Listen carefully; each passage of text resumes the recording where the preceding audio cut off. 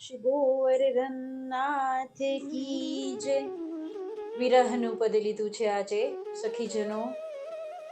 શ્યામાજુ પોતાની સખીને વાત કરી રહ્યા છે કે શ્યામ સુંદર એક ક્ષણ માટે મળવા આવ્યા હતા.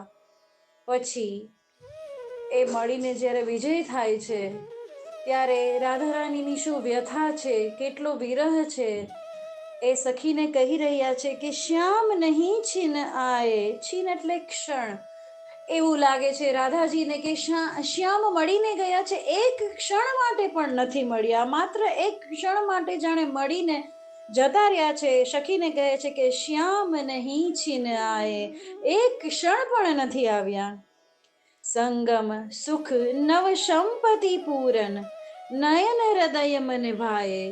જ્યારે શ્યામ મળવા આવ્યા હતા ત્યારે એનું સંગમનું સુખ, એના મિલનનું સુખ, એ પૂર્ણ સમાગમનું સુખ શ્રી રાધાજી માટે નવ સંપત્તિ પૂર્ણ સમાન છે. જાણે નવ સંપત્તિ એ પૂર્ણ થઈ ગયા હોય. સર્વસ્વ સંપત્તિ શ્રી કૃષ્ણ છે અને એ પોતે પણ પૂર્ણ થઈ ગયા હતા એ પૂર્ણ સમાગમમાં. અને નયન હૃદય મને ભાઈ, રાધાજી કહે છે કે મારા હૃદયને, મારા તનને, મારા મનને, મારા સર્વસ્વને એ જ ક્ષણ મન ભાવે છે, આનંદ આપે છે, બાકી બધું જ મારા માટે વિરહ સમાન છે. સંગમ સુખ નવ સંપત્તિ પૂરણ, નયન હૃદય મન ભાઈ. મૂર્તિ પ્રેમ રસ પૂર્તિ હે તિદ્વે, નયન ચહુ દિશ ધાય. મૂર્તિ પ્રેમ રસ, કેવી મૂર્તિ છે પ્રભુની! પ્રેમ રસ, પ્રેમથી રસ તળબોળ એમની મૂર્તિ, માધુર્ય ભાવથી ભરેલી, રસ લાવણ્યથી ભરેલા શ્રી કૃષ્ણની મૂર્તિ. પ્રેમ રસ મૂર્તિ પૂર્તિ હેત હે. પૂર્ણતા શેની? હેતની. હેત એટલે કે પ્રેમની પૂર્તિ કરવા વાળી. અને એ મૂર્તિના, એ પ્રેમ મૂર્તિના દર્શન માટે નયન ચહુ દિશ ધાય. મારા જે નયન છે, મારી જે આંખો છે, ચહુ દિશ, ચારે દિશામાં આમ તેમ શોધી રહી છે કે શ્યામ ક્યાં ગયા. હમણાં જ હતા અહીંયા, શ્યામ ક્યાં ગયા, મારા શ્યામ ક્યાં ગયા. નયન ચહુ દિશ ધાય. ચપલ પલક બિન આતુર કાતર, નવપથ પલ પલ છાય. ચપલ પલક એટલે રાધા રાણીના ચંચલ પલક, બિન આતુર એટલા આતુર છે, કાતર એટલે કે દિન નિષાદન થઈ ગયા છે. રાધા રાણી શ્યામને ચહુદિશ ગોતી રહ્યા છે, એટલા માટે પલક પાડ્યા વગર, બિન એટલે વગર, પલક પાડ્યા વગર જેના ચંચલ નયન છે આમ તેમ નિષાદન થઈ, કાતર દિન થઈ. પથ પથ પલ પલ છાય. જુદા જુદા રસ્તા પર, પલ પલ પલ, અલગ અલગ રસ્તા પર શ્રી શ્યામને, કૃષ્ણને, ઠાકોરજીને ગોતી રહ્યા છે શ્યામાજુ કે મારો શ્યામ ક્યાં છે, ક્યાં છે મારો શ્યામ. ચપલા જો ધ્રુતિ છિનક ધાર જલ, શ્રાવત કે દિન પાય. એનું સંગમ કેવું હતું, એનું મિલન રાધા રાણીને કેવું લાગ્યું?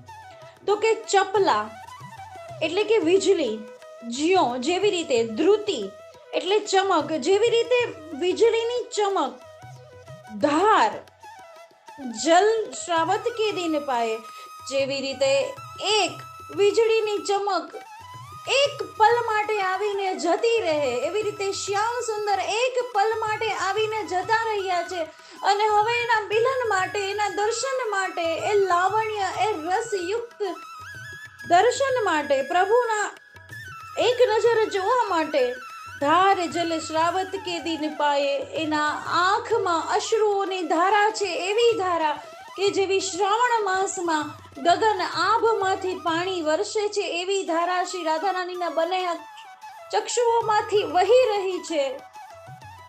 પ્રાણ પૂર્ણ શૃંગાર ધામ બિન, રોમ રોમ અકુલાય. શ્રી રાધા રાણીના રોમ રોમ અકળાઈ રહ્યા છે, રે પીડા થઈ રહી છે રોમ રોમમાં. શ્રી કૃષ્ણ વગર, શ્રી કૃષ્ણના દર્શન એને થતા નથી. એ જાણે એક ક્ષણ માટે મળી અને નીકળી ગયા છે. તો પ્રાણ પૂર્ણ, જેના પ્રાણ શ્રી કૃષ્ણથી જ પૂર્ણ છે, જે કૃષ્ણ શૃંગાર ધામ છે, શૃંગાર ધામ કૃષ્ણ વગર સ્વામિનીજીનો શૃંગાર અધૂરો છે, એવા એવા કૃષ્ણને પામવા માટે એના દર્શન વગર રોમ રોમ અકુલાય, રોમ રોમ અકળાય છે શ્રી સ્વામિનીજીનો. કબહુ પ્રેમ હિંડોલ મગન અલી, ઝૂમે પિય ગુણ ગાય. આટલો વિરહ પ્રભુ ઓળખી જાય છે અને એક ક્ષણ માટે ઓચિંતાના સામે આવી અને ઊભી જાય છે શ્યામ સુંદર. ત્યારે કબહુ પ્રેમ હિંડોલ મગન, પ્રેમના હિંચકા ખાવામાં, હિંડોળામાં, પ્રેમના મન હૃદયના હિંડોલનામાં સ્વામિનીજી સરકી જાય છે ઓચિંતાના પ્રભુને સામે જોઈ અને એનું રોમ રોમ પ્રેમ રૂપી હિંડોળામાં શ્યામ સાથે હિચકોલા ખાવા માંડે છે. અલી એની સખીને કહે છે કે અલી, મારું મન ઝૂમે પિય ગુણ ગાય, અને મારું મન એક જ ક્ષણમાં પ્રભુના દર્શન કરીને ઝૂમી ઉઠ્યું અને પ્રિયના પુરુષોત્તમના, ઠાકોરજીના, કૃષ્ણના, રાધા વલ્લભના, રાધા રમણના દર્શન કરી અને પિય ગુણ ગાય. મારું મન એમના ગુણ ગાવા લાગ્યું છે. આહા, કેવું સુંદર પદ, વિરહ પદ. શ્યામ નહીં छिन आए, श्री गोवर्धन नाथ की जय.